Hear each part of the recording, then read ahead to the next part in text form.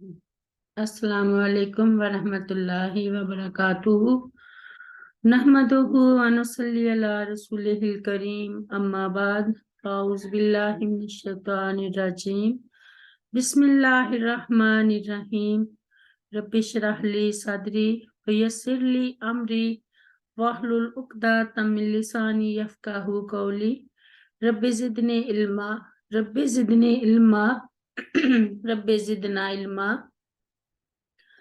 اللہم فقہنا فی الدین رب یسر ولا تعسر وتمم بالخیر رب ارحمہما کما ربیانی صغیرا رب ارحمہما کما ربیانی صغیرا رب ارحمہما کما ربیانا صغیرا۔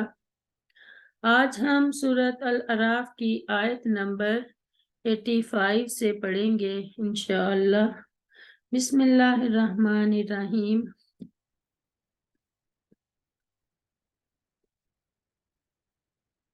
وَإِلَى مَدْيَنَ اور طرف مدین کی ہم نے بھیجا اخاہم ان کے بھائی شعیب علیہ السلام کو قالا کہا اس نے یا قوم عبد اللہ اے میری قوم تم عبادت کرو اللہ تعالیٰ کی ما لکم نہیں ہے تمہارے لیے من الہ غیرہ کوئی معبود اس کے سوا کر تحقیق جاءتکم آ گئی تمہارے پاس بینات واضح دلیل من ربکم تمہارے رب کی طرف سے فَأَوْفُوا الْكَيْلَ چنانچہ تم پورا کرو کیلا ماپ والمیزان اور تول ولا تبخسوا الناس اور مت تم کم کر کے دو لوگوں کو اشیاءہم ان کی چیزیں ولا تفسدوا اور مت تم فساد کرو فی الارض زمین میں بعد اصلاحہا اس کی اصلاح کے بعد ذالکم یہ خیر لکم بہت بہتر ہے لکم تمہارے لیے ان کنتم اگر ہو تم مؤمنین مومن۔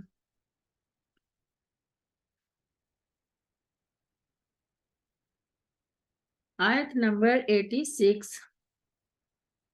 ولا تقعدوا اور مت تم بیٹھو بکل صراط ہر ایک راستے پر توعدون کہ تم ڈراتے ہو وتصدون اور تم روکتے ہو عن سبیل اللہ اللہ تعالیٰ کے راستے سے من اس شخص کو جو امانہ ایمان لائے بھی اس کے ساتھ وتبغونہا اور تم تلاش کرتے ہو اس راہ میں عوجا کجی وَاذْكُرُوا اور تم یاد کرو اس جب کہ تم تھے تم قلیلاً تھوڑے فَكَسَّرَكُمْ تو اس نے زیادہ کر دیا تمہیں وَانظُرُوا اور تم دیکھو کیفا کیسا ہوا کانا تھا عاقبات المفسدین انجام فسادیوں کا۔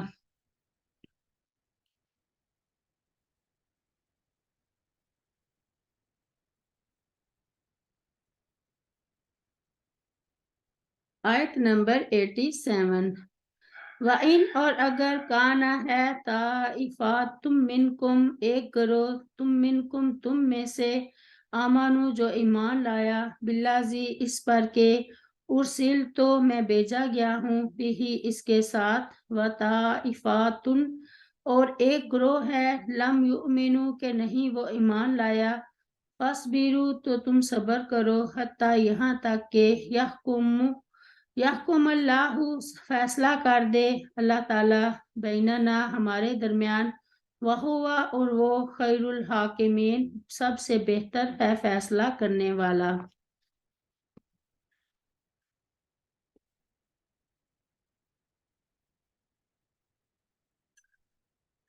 مدین حضرت ابراہیم علیہ السلام کے یا تو بیٹے کا نام تھا پھر یا ان کے پوتے کا نام تھا پھر انہی کی نسل پر مبنی قبیلے کا نام بھی مدین اور جس بستی میں یہ رہائش پذیر تھے اس کا نام بھی مدین پڑ گیا۔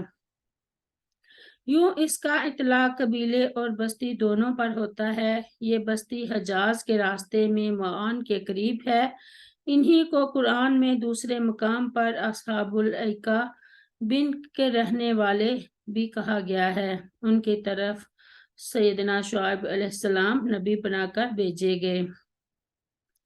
ہر نبی کو اس قوم کا بھائی کہا گیا ہے، جس کا مطلب اسی قوم اور قبیلے کا فرد ہے، جس کو بعض جگہ رسول منہم یا من انفسہم سے بھی تعبیر کیا گیا ہے، اور مطلب ان سب کا یہ ہے کہ رسول اور نبی انسانوں میں سے ہی ایک انسان ہوتا ہے جسے اللہ تعالیٰ لوگوں کی ہدایت کے لیے چن لیتا ہے اور وحی کے ذریعے سے اس پر اپنی کتاب اور احکام نازل فرماتا ہے۔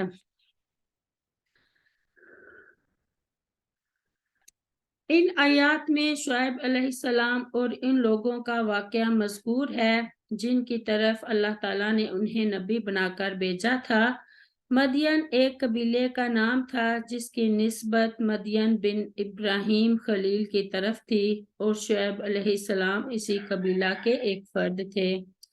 ان کا شہر حجاز کے راستہ میں معان کے قریب واقع تھا۔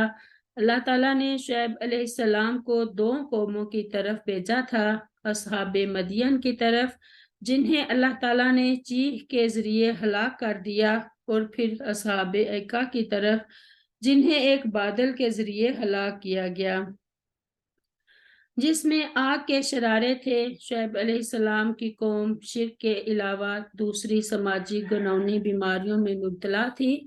یہ لوگ ناپ تول میں کمی بیشی کرتے تھے، راستے میں لوگوں کو ڈرا دھمکا کر ان کا مال چھین لیتے تھے، ان سے جبری ٹیکس وصول کرتے تھے، اور جو لوگ شعیب علیہ السلام کی باتیں سننے کے لیے آنا چاہتے تھے انہیں راستے میں روک کر طرح طرح سے بہکاتے تھے۔ شعیب علیہ السلام نے انہیں توحید کے طرف بلایا اور شرک سے ڈرایا، اور جو دوسری اخلاقی اور اجتماعی بیماریاں ان میں پائی جاتی تھیں ان کی بیماری بیان کر کے ان سے باز آ جانے کی ترغیب دی، اور انہیں اللہ تعالیٰ کی یہ نعمت یاد دلائی کہ ان کی تعداد بہت کم تھی، تو اللہ تعالیٰ نے ان کی نسل میں برکت دی اور وہ کثیر تعداد میں ہو گئے۔ قَدْ جَاءَتْكُمْ بَيِّنَاتٌ مِّن رَبِّكُمْ، یعنی میرے سچا ہونے کی واضح دلیل تم دیکھ چکے ہو، لہٰذا ضروری ہے کہ جو بات میں کہتا ہوں اسے صحیح سمجھو۔ یہاں بینات واضح دلیل سے مراد معجزہ ہے، مگر شعیب علیہ السلام کے معجزے کا ذکر قرآن کریم میں نہیں ملتا۔ سیدنا ابو ہریرہ رضی اللہ عنہ بیان کرتے ہیں کہ رسول اللہ صلی اللہ علیہ وسلم نے فرمایا، ہر نبی کوئی نہ کوئی معجزہ دے کر بھیجا گیا جس کے مطابق لوگ اس پر ایمان لائے، اور مجھے جو معجزہ دیا گیا وہ وحی یعنی قرآن کریم ہے جو اللہ تعالیٰ نے میری طرف فرمائی، اور مجھے امید ہے کہ قیامت کے دن میرے پیروکار سب سے زیادہ ہوں گے۔ بخاری کتاب کی روایت ہے۔ وَأَوْفُوا الْكَيْلَ وَالْمِيزَانَ وَلَا تَبْخَسُوا النَّاسَ أَشْيَاءَهُمْ وَلَا تُفْسِدُوا فِي الْأَرْضِ إِن كُنتُم مُّؤْمِنِينَ۔ اس سے معلوم ہوا کہ اس قوم میں شرک کے ساتھ دوسری خرابی ناپ تول میں لیتے وقت زیادتی اور دیتے وقت کمی تھی۔ اگر کوئی ان کی اس زیادتی کے خلاف احتجاج کرتا تو مل کر اس کی بے عزتی کرتے اور اسے مارتے پیٹتے۔ اس لیے شعیب علیہ السلام نے انہیں سمجھایا کہ ناپ تول ہر حال میں پورا کرو، اور انبیاء علیہ السلام اور صالحین کی محنت سے دنیا میں جو اصلاح ہوئی ہے، اس کے بعد شرک اور بددیانتی اور ان کے ساتھ پیدا ہونے والی برائیوں کے ذریعے سے اس میں فساد مت پھیلاؤ، کیونکہ ان دونوں سے اللہ تعالیٰ کے حقوق بھی تلف ہوتے ہیں اور لوگوں کے بھی۔ ارشاد باری تعالیٰ ہے، وَيْلٌ لِّلْمُطَفِّفِينَ الَّذِينَ إِذَا اكْتَالُوا عَلَى النَّاسِ يَسْتَوْفُونَ وَإِذَا كَالُوهُمْ أَوْ وَّزَنُوهُمْ يُخْسِرُونَ أَلَا يَظُنُّ أُولَٰئِكَ أَنَّهُم مَّبْعُوثُونَ لِيَوْمٍ عَظِيمٍ يَوْمَ يَقُومُ النَّاسُ لِرَبِّ الْعَالَمِينَ۔ المطففین میں اللہ تعالیٰ فرماتا ہے، بڑی ہلاکت ہے ماپ تول میں کمی کرنے والوں کے لیے وہ لوگ کہ جب لوگوں سے ماپ تول کر لیتے ہیں تو پورا لیتے ہیں، اور جب انہیں ماپ کر یا انہیں تول کر دیتے ہیں تو کم دیتے ہیں۔ کیا یہ لوگ یقین نہیں رکھتے کہ بے شک وہ اٹھائے جانے والے ہیں ایک بڑے دن کے لیے، جس دن لوگ رب العالمین کے لیے کھڑے ہوں گے۔ سیدنا عبداللہ بن عمر رضی اللہ عنہ بیان کرتے ہیں کہ رسول اللہ صلی اللہ علیہ وسلم نے فرمایا، جو قوم ناپ تول میں کمی کرتی ہے اس پر قحط سالی، سخت محنت اور حکمرانوں کا ظلم و ستم مسلط کر دیا جاتا ہے۔ ابن ماجہ کی روایت ہے۔ وَلَا تَقْعُدُوا بِكُلِّ صِرَاطٍ تُوعِدُونَ وَتَصُدُّونَ عَنْ سَبِيلِ اللَّهِ مَنْ آمَنَ بِهِ وَتَبْغُونَهَا عِوَجًا۔ یہ لوگ راستوں پر ناکے لگا کر لوگوں سے زبردستی ٹیکس وصول کرتے، کبھی ڈرا دھمکا کر ان کی بے عزتی کرتے اور ان کا سب مال اور اسباب لوٹ لیتے۔ اگر کوئی شعیب علیہ السلام پر ایمان لانے کی طرف مائل نظر آتا تو اسے ہر طرح سے روکنے کی کوشش کرتے اور اسلام کے احکام میں طرح طرح کی خرابیاں نکال کر اور شبہے پیدا کر کے ثابت کرنے کی کوشش کرتے کہ یہ سیدھا راستہ نہیں ہے بلکہ غلط راستہ ہے۔ جیسا کہ آج کل بھی نام کے مسلمان دانشور، صحافی، پروفیسر اور حکمران جو کفار سے مرعوب ہیں، اسلام کے احکام کو وحشیانہ ثابت کرنے کی کوشش کرتے رہتے ہیں۔ وَانظُرُوا كَيْفَ كَانَ عَاقِبَةُ الْمُفْسِدِينَ، ارشاد باری تعالیٰ ہے، وَيَا قَوْمِ لَا يَجْرِمَنَّكُمْ شِقَاقِي أَن يُصِيبَكُم مِّثْلُ مَا أَصَابَ قَوْمَ نُوحٍ أَوْ قَوْمَ هُودٍ أَوْ قَوْمَ صَالِحٍ وَمَا قَوْمُ لوط منکم ببعید۔ سورہ ہود میں اللہ تعالیٰ فرماتا ہے، اور اے میری قوم، میری مخالفت تمہیں اس کا مستحق ہرگز نہ بنا دے کہ تمہیں اس جیسی مصیبت آ پہنچے جو نوح علیہ السلام کی قوم یا ہود کی قوم یا صالح علیہ السلام کی قوم کو پہنچی، یا لوط علیہ السلام کی قوم بھی ہرگز تم سے کچھ دور نہیں ہے۔ فَاصْبِرْ حَتَّى يَحْكُمَ اللَّهُ بَيْنَنَا وَهُوَ خَيْرُ الْحَاكِمِينَ۔ یہ انہیں کفر پر صبر کا حکم نہیں بلکہ انہیں اللہ تعالیٰ کے عذاب سے ڈرایا ہے۔ ارشاد باری تعالیٰ ہے، وَيَا قَوْمِ اعْمَلُوا عَلَىٰ مَكَانَتِكُمْ إِنِّي عَامِلٌ سَوْفَ تَعْلَمُونَ مَن يَأْتِيهِ عَذَابٌ يُخْزِيهِ وَمَنْ هُوَ كَاذِبٌ وَارْتَقِبُوا إِنِّي مَعَكُمْ رَقِیب۔